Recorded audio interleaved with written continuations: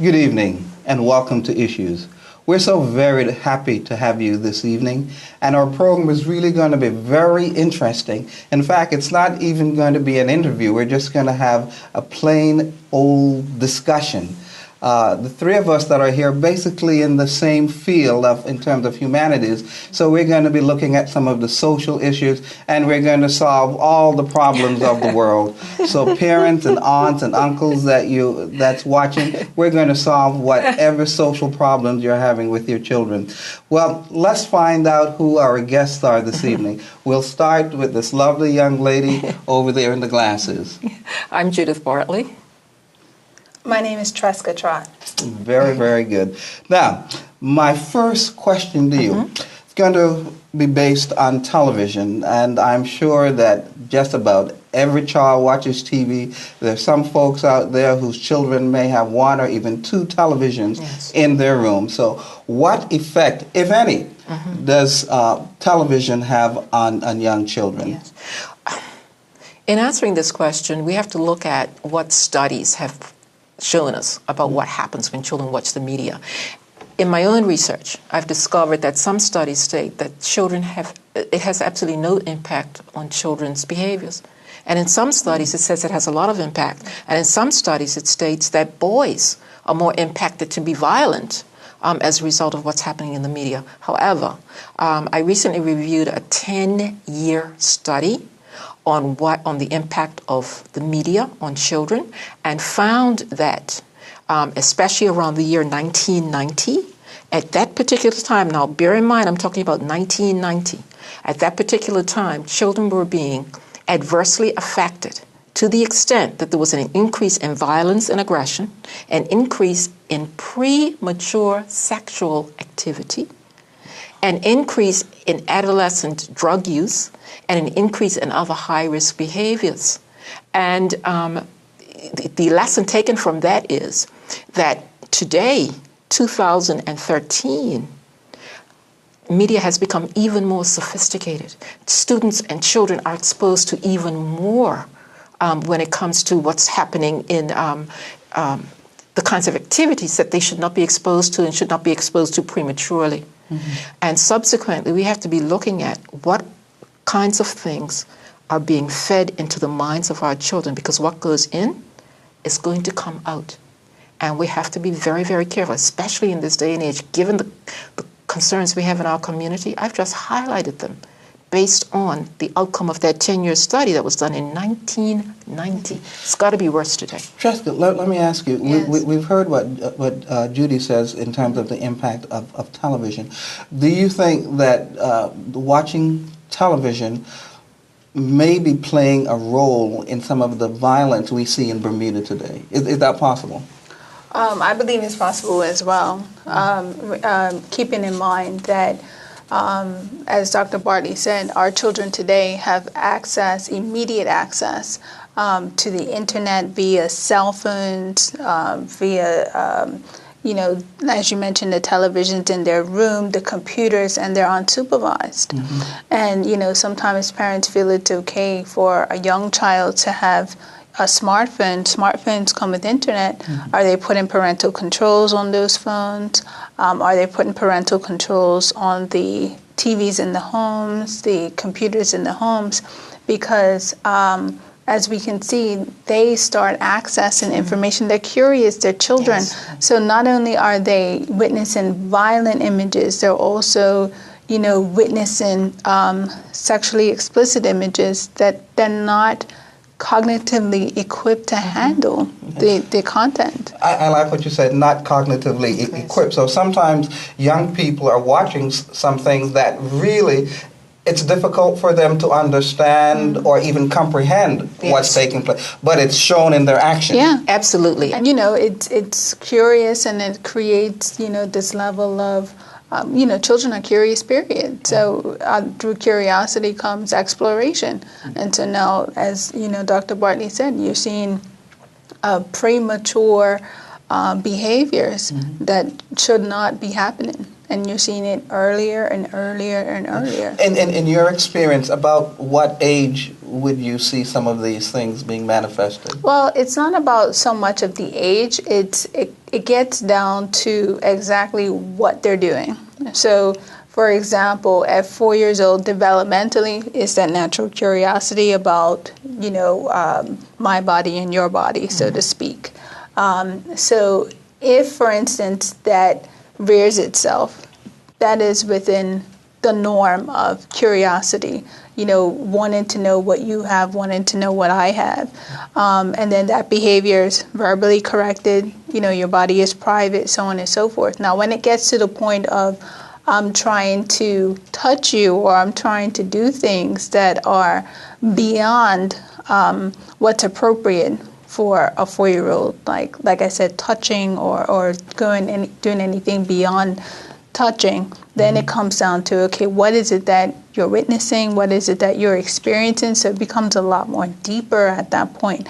So we have to keep in mind that developmentally, there are some of those behaviors are within the norm, so we can't become hysterical about it, right? So if a child, touches another child with clothes on, or tries to look at another child clothes on, you have the conversation about privacy and my body and boundaries and so on and so forth.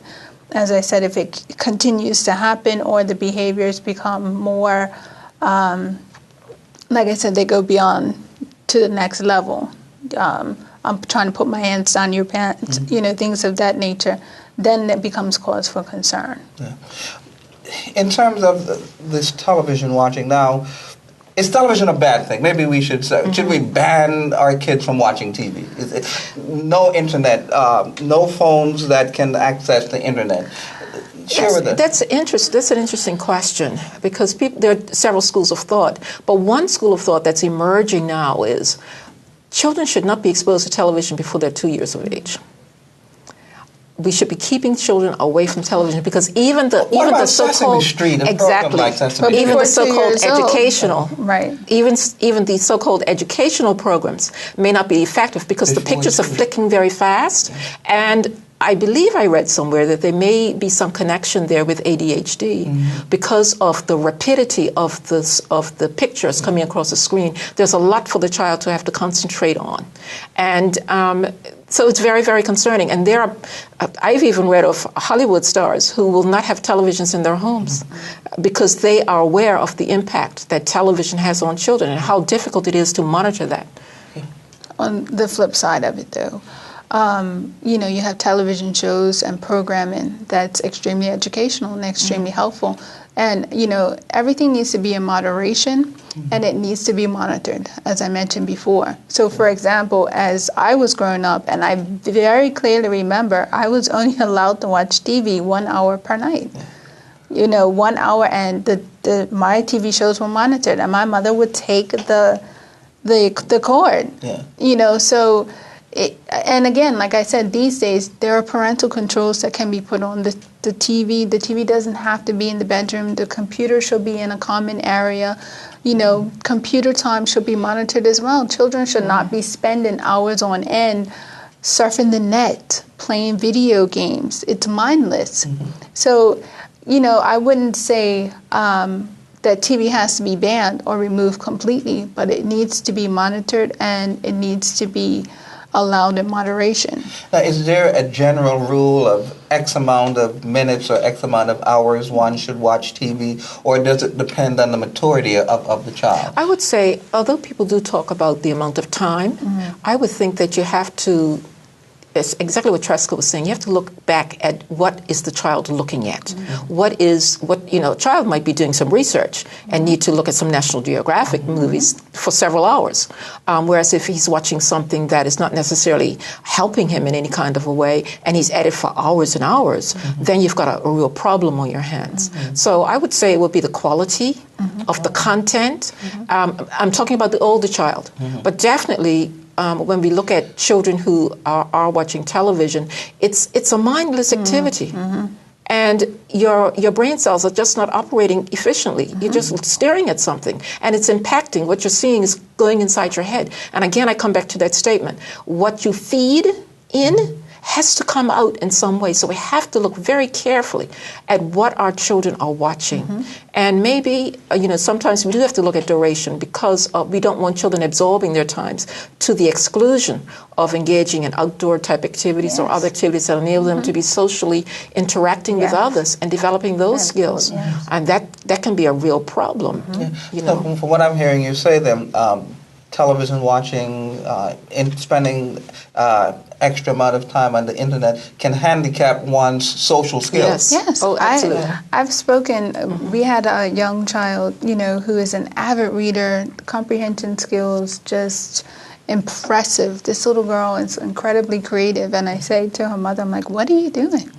And she said, they're not allowed to watch TV during the week. She monitors, what movies they watch. And so what that does is that it fosters their creativity. When you're not allowed to just sit and watch TV, you're going to entertain yourself in some way. You're a child. You're going to play. You're going to read. You're going to draw. You're going to do all kinds of things. Those are the types of citizens we're looking to see. Those are the types of people that are going to do all kinds of great and wonderful things at some point, because their creativity is allowed to be expressed, is encouraged to be expressed, other than just sitting there and watching TV. What are you going to do from that? Yeah, very true. Yes, I was saying I was born before TV existed. And I remember, yes. She's joking. Yeah, we spent a lot of time outside. A lot of time. And you make things, you create things out of the natural curiosity of children. And we've gotten away from that. We've lost that. We naturally interacted. We played together. We stayed out for hours and enjoyed ourselves in very healthy and constructive ways, getting plenty of vitamin D and sunlight. And today, we've seen a shift, and that's very unfortunate, because now we're also with that shift, we're starting to see the social ills that are coming.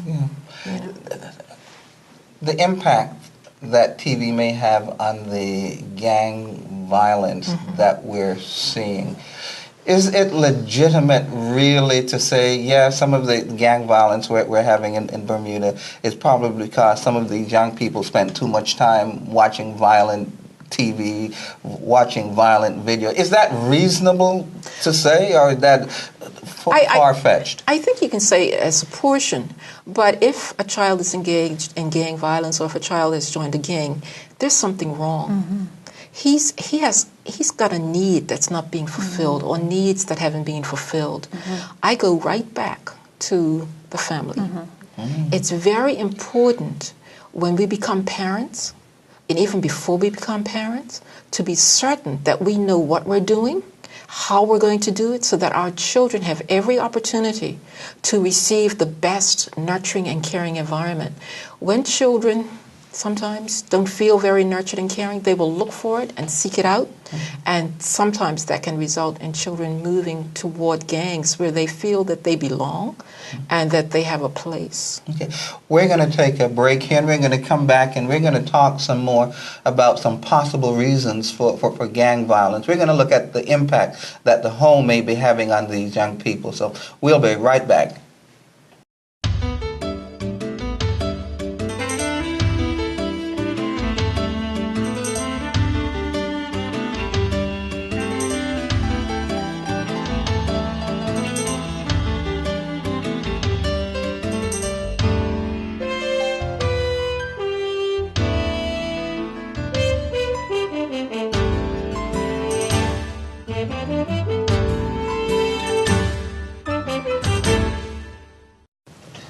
Welcome back to Issues. I hope you've had the opportunity to go to our website, issuesbda.com, and I hope you've taken our survey. The question is, fathers are as nurturing as mothers. Fathers are as nurturing as mothers. And we have a lot of opinions on that. Maybe before our program ends, we can see what these two young ladies have to say about that. But again, issuesbda.com, and take our survey. Okay, before we went to the break, we started to take a look at gang violence. Dr. Bartley was mentioning the impact of the family as it relates to gang violence. Go ahead, please, Dr. Bartley. one of the major concerns, or one of the things that we need to be aware of, is that civilization begins with the family. What the child learns in the home environment, he carries those values with him wherever he goes.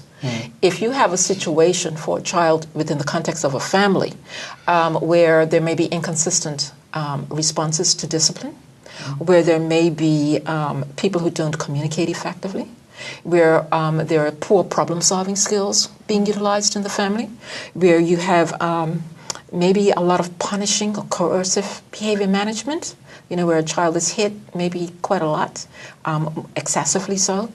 If you have a situation where parents don't know where their child is or what their child is doing, all of that lends itself to antisocial behaviors. Let me interrupt you, Yes. because are you saying then that the behavior of the child represents what's taking place in the home?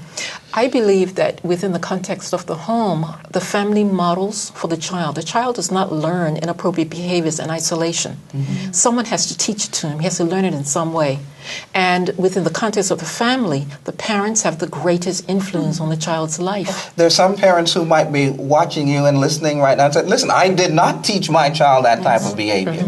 How do you react to that? Yes, and that is absolutely correct, because not every child who engages in antisocial behavior engages in it because there are some concerns within the context of the family. There are situations where, as Tresca mentioned earlier, the issue of children being seduced in one way or another within the context of the community and getting involved in activities that are questionable, but he finds exciting and does not see the pool of those activities that will lend itself to increasing intensity, and he'll find himself caught up in a cycle that eventually he will become so entrenched, he'll wonder how he even got there, and he won't be able to get back out. And we know that within the context of gang violence, there are gang members who want to get out, and they don't know how, because the gang holds them and pulls them and controls their lives. Weigh in on that first, please, Tresca. Yes, that is something that is very important. And, one of the things that we have to understand as well, again, it gets back to where they are developmentally. So, young teenagers, they're very egocentric, thinking about themselves. They're not always worried about consequences and, what's going to happen down the line. It's very much so here and now and how it affects me today. And then as they grow and get older, they start to experience the consequences that come with this type of lifestyle. It does become, and they make a decision, this isn't for me anymore. I've outgrown this, or I just don't want to be involved. Now all of a sudden you're tasked with, am I going to be allowed to leave? Do I have that choice anymore? And most of the time that choice is not yours. And even if you are able to get out, somebody else still remembers what you've done and the behaviors you've engaged in. So it is not always as simple. And to have a young person understand the gravity and the consequences that may occur down the line are difficult. You have people who smoke every day knowing that, there are consequences of smoking that might be long-term, they're not immediate. Same thing with diabetes, same thing with, eating unhealthy foods, but yet we engage in those behaviors anyway. So when you're now looking at a young child or a young adult, you're asking them to understand and to have that foresight that they do not have. Is it possible? Well, it's possible. But so how does one get out of the gang if they want to get out of the gang? What do they do? I know in some instances what members will do is to seek out agencies locally whom they believe can assist them and support them. And safe houses have to be found. Sometimes people have to leave Bermuda permanently in order for them to feel safe again. So it's a very serious indictment on our community that as we look at the issue of gangs and gang involvement, that we take steps to ensure that our children don't move in that direction. And for parents who are listening to this, it's very important for them to begin to look at their child and truly examine what's happening in their children's lives so that they can stop it if the child's headed in that direction. Okay. We're going to move on now to something else. Is there a difference between discipline and punishment? Yes. The word discipline actually means to teach. Yes. And punishment is just that. Punishment is meant to stop a behavior solely, and that's it. So if you're actually focusing on discipline, it becomes more about teaching the child the behaviors that you would like to see them engage in. Whereas punishment, like, as I mentioned, is solely to stop a behavior. And they both serve a purpose. However, if you do engage in punishment and solely just punishment, you're not teaching the child anything, and they're not learning how to think for themselves. So when you are engaging in attempting to discipline, it has to be an element of teaching as well. Well, when is punishment appropriate? When a behavior is extreme and it's dangerous to themselves or to others, it needs to be corrected. But again, it doesn't mean that one has to be used in isolation. They can be used together. But the problem is when you have people who, as Dr. Bartley mentioned earlier, who solely engage in punishment, like spanking, is a form of punishment. Oh, right. Is spanking taboo? Dr. Bartley, it's spanking. That's a loaded question. That's a very loaded question. Than both of us, so. And everyone talks about spare the rod, spoil the child. But in actual fact, what is the rod really? Is it the rod of correction and the correction of teaching the child the appropriate manner of behavior? Yes. Yes, and it's quite possible that is it. And so, yes. Right. So I continue, Dr. Bartley. Is spanking taboo? Is spanking taboo? There are some instances where I understand that people say spanking is important. For instance, I was thinking of something, but it's really not a good example. I'm trying to find an example for spanking. But there are some times when people will say, I want to spank I spank my child because I'm afraid if I don't spank him, he or she is going to hurt themselves if they go toward that object. And I'm trying to make a point so that they make the association and they keep away from that hot stove, for instance. And so the issue of it being taboo, I think we've been educated that if you spank a child, and you spank a child without any real rational reason for doing so, and the child just sees it as something that is hurting him, you're actually teaching him that when people are bigger than me, they can hurt me. And when I get bigger, I can hurt them. So how we use it, we should use it judiciously. We should know why we're doing it.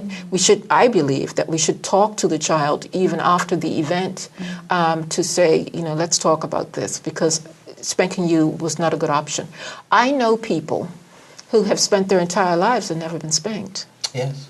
Yes, it's just never happened. It's how we discipline children and how we make a decision as to whether or not we are going to use spanking, which is considered an effective tool by some.